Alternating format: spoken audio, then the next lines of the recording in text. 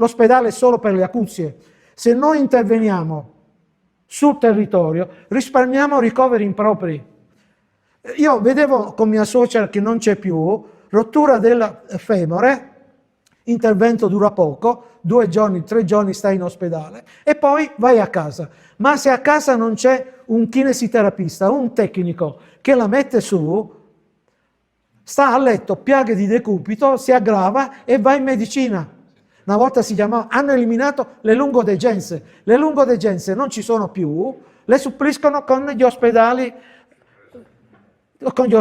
ma negli ospedali di comunità, dopo il 30° giorno si paga alla faccia che si dice io non metto mano nelle tasche dei veneti, ma quando tu mi costringi a fare un intervento alla cataratta, perché i tempi di attesa sono 2 anni e io in 2 anni perdo la vista, sono costretto ad andare dal privato a farmi la cataratta.